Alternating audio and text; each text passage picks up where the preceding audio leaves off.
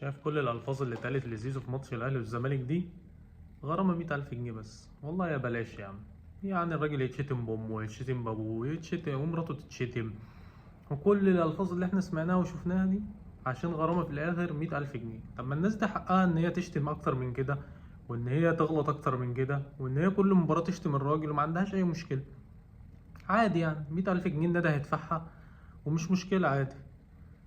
أنا بس اللي مش متخيله ان انت بعد المباراة نادي الزمالك راح يتقدم بشكوى رسمية في زيزو، يقول لك اصل الراجل ما سلمش على ممثل نادي الزمالك اثناء تسليم الميداليات.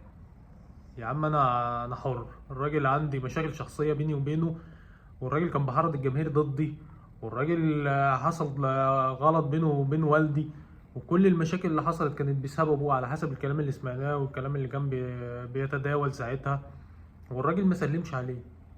راح تغرمه 50,000 جنيه ليه يعني؟ عشان ما سلمش عليه؟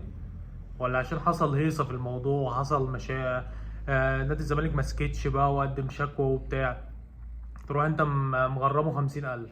يقول لك اصل ما التزمش بالبروتوكول الخاص بتسليم الميداليات. ايه ده؟ اقسم بالله احنا لا عندنا لوائح ماشيين عليها صح، ولا عندنا إدارة مظبوطة، ولا عندنا أي حاجة مظبوطة تخص كرة القدم في مصر. الموضوع صعب صعب فوق ما تتخيل. لما طلع المستشار القانوني بتاع نادي الزمالك اللي هو كمال شعيب مع إبراهيم فايق، بيتكلم على موضوع زيزو بعد ما اتكلموا على موضوع الأرض وبتاع، والراجل اتكلم إن هو قدموا كل المستندات وكل الأوراق اللي بتثبت موقفهم في القضية، وإن هم مفيش غلط من ناحيتهم والكلام ده كله. ده كله احنا ملناش علاقة بيه، يعني ربنا يوفقهم في القصة دي ويخلصوها على خير. عشان كده كده انا كمشجع اهلاوي انا ما اتمناش ان نادي الزمالك يقع، انا عايزه يفضل على طول واقف على رجله عشان تفضل المنافسة موجودة في مصر، ويفضل الدوري المصري بين القطبين الاهلي والزمالك. اتكلم في موضوع، فابراهيم فايق بيسأله على موضوع زيزو، قال له احنا قدمنا بشكوى رسمية في اللاعب لان احنا بنطلع اجيال، واحنا مش عايزين الاجيال اللي طلع بعد كده يبقى عندها نفس الاسلوب ونفس النمط. والراجل اتكلم كلام منطقي وكلام زي الفل. طيب يا استاذ كمال، انت بالنسبة للألفاظ اللي اتقالت في المدرجات من جماهير نادي الزمالك، ما نزلتش بيان ليه بيها، او ما نزلتش بيان ليه يعني توعي الجماهير دي ان هي ما تعملش كده في ماتش الاهلي بعد ما عملت كده في ماتش بيراميدز يعني؟ ما عملتش كده ليه؟ هو اللي الجماهير بتقوله ده مش من ضمن الحاجات اللي هتوعي شبابنا وتوعي اطفالنا اللي طالعين بعد كده؟ ولا هي سلام زيزو على الممثل بتاعك هو اللي هو ده اللي مش هيخلي الشباب طالع واعي، وهيخلي الشباب طالع مش كويس، وهيخلي الشباب كل الكلام اللي انت قلته الحلو ده؟ فلما طلع لما اتكلم بقى ابراهيم فايق، فبقول له طب ما اخوان بزيرة عمل نفس الموقف، واخوان بزيرة كمان ما سلمش على معظم اللي كانوا واقفين، بما فيهم كان وزير الشباب والرياضة. قال له ما احنا بنتكلم في العام، ما بنتكلمش على لاعب بعينه سواء اهلي او زمالك. يا عم انت زي الفل، بس قبل ما تنصح اللعيبة وقبل ما تركز مع اللعيبة او تقول للعيبة ما تعملش الغلط فين، وعي جماهيرك ان هي ما تعملش الغلط برضه، عشان برضو خاطر شبابنا وعشان خاطر الاجيال اللي طالعه بعد كده ما تطلعش بنفس الاسلوب ونفس الكلام القذر اللي بيتقال في المدرجات، وان انت تشتم لعيب كوره عشان سابك ومشي من النادي عشان انت ما عرفتش تجدد له. ايه المشكله اما الراجل مشي يعني؟ لا، وطالع جمعه ابراهيم فايق يقول لك ايه، اصل في اي مكان في العالم لما لعيب بيمشي من النادي وبيروح الغريم التقليدي لازم بيتشتم، متوقع ان هو يتشتم. يا معلم انت بتقول ايه؟ هو انت بتقول للجماهير اللي انتوا بتعملوه ده صح؟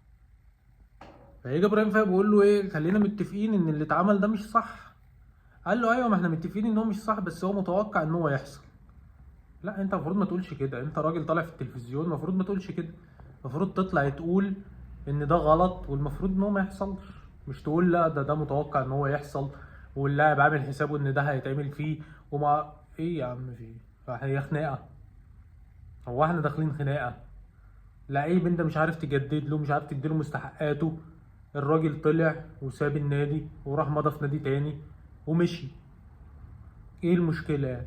عادي جدا، بتحصل في اي حتة في العالم. انما مش يتشتم بكل الشتايم اللي في الدنيا عشان خاطر مشي من النادي بتاعك يعني. وبعدين الراجل من ساعة ما مشي ما قالش كلمة وحشة في حق نادي الزمالك ولا في حق جماهير نادي الزمالك.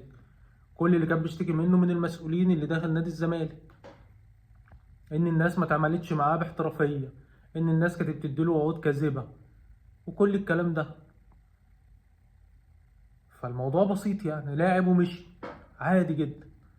الحاجة التانية، كان مهم جدا اللي إدارة النادي الأهلي عملته، إن هي تحافظ على حقوق لاعيبتها، وإن هي تقدم برضه بشكوى رسمية لاتحاد الكورة عشان خاطر الحاجات أو الشتايم والألفاظ اللي اتقالت في حق اللاعب بتاعها اللي هو أحمد السيد زيزو. وطلعت قالت كلمة مهمة جدا، قال لك إن الموضوع حصل على مرأى ومسمع الجميع بما فيهم وزير الشباب والرياضة. يعني أنت مش هتعرف تتملص من الموضوع، انت مش هتعرف تتملص من الموضوع بقى وتقول لي اصل ما عنديش فيديوهات موثقه، اصل ما عنديش صوتيات، ما اعرفش ايه، اصل كان ايه. لا يا باشا، ده وزير الشباب والرياضه كان موجود في الماسوره الرئيسيه بتاعه المباراه وسمع كل حاجه، وكل المسؤولين اللي كانوا موجودين بما فيهم رئيس الاتحاد برضه سمع كل حاجه وشايف كل حاجه. فانت ما عندكش مفر، كل حاجه متوثقه صوت وصوره، والراجل بيتشتم في المدرجات.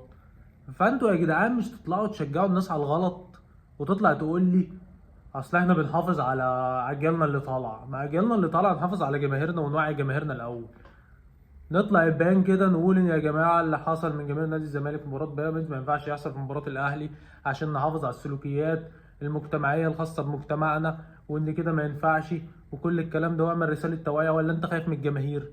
هو 100% انت خايف من الجمهور، فمستحيل ان انت تطلع تقول للجمهور كده. لا، ده انت عاجبك اللي بيحصل وعلى هواك عشان كده مش قادر تتكلم فيه. لا، طالع بس تقدم لي شكوى في اللاعب ان هو ما سلمش على الممثل بتاعك في الممر بتاع تسليم الميداليات بتاعه البطولة. وخلينا متفقين ان الراجل اصلا ما مدش ايده لزيزو. يعني زيزو لو كان مد ايده مش كان هيسلم عليه برضه، بس هو كان عايز ياخد لقطة وما عرفش. عشان بس ايه نبقى متفقين في الحتة دي. راجعوا اللقطة تاني وبصوا على اللقطة تاني، أنا اسمه راح من بالي أقسم بالله، مش فاكر اسمه خالص. وبص هتلاقي أصلا ممثل نادي الزمالك ما مدش إيده إن هو يسلم على زيزو. لو هو عنده النية كان مد إيده وزيزو ما سلمش، إنما هو ما عندوش النية إن هو يسلم أصلا على زيزو، وكان عايز ياخد لقطة. كان نفسه بس زيزو يمد إيده يسلم عشان هو ما يسلمش، ويبقى هو خد اللقطة وطلع بطل قومي عند جماهير نادي الزمالك. هو كان نفسه في كده. وهو طلع بعدها قال لك انا كنت متوقع حركه زي كده من اللاعب، عشان كده انا ما مديتش ايدي عشان اسلم عليه. فيعني بص، الحوار عادي والحوار يعدي وما فيهوش اي مشكله. انا في مشاكل شخصيه بيني وبين الراجل ده، اكيد انا مش هسلم عليه. فدي حاجه عاديه جدا، ما تعبش من حد ولا تقلل من حد ولا تقلل من نادي الزمالك ولا تقلل من جماهير نادي الزمالك. دي كانت لشخص الراجل ده، ان زيزو ما يسلمش عليه فقط لا غير. واللي يدل على كده ان الراجل بعد المباراه ولا اتكلم على الجماهير ولا اتكلم على نادي الزمالك بطريقه وحشه ولا قال اي حاجه تخص نادي الزمالك او جماهير نادي الزمالك.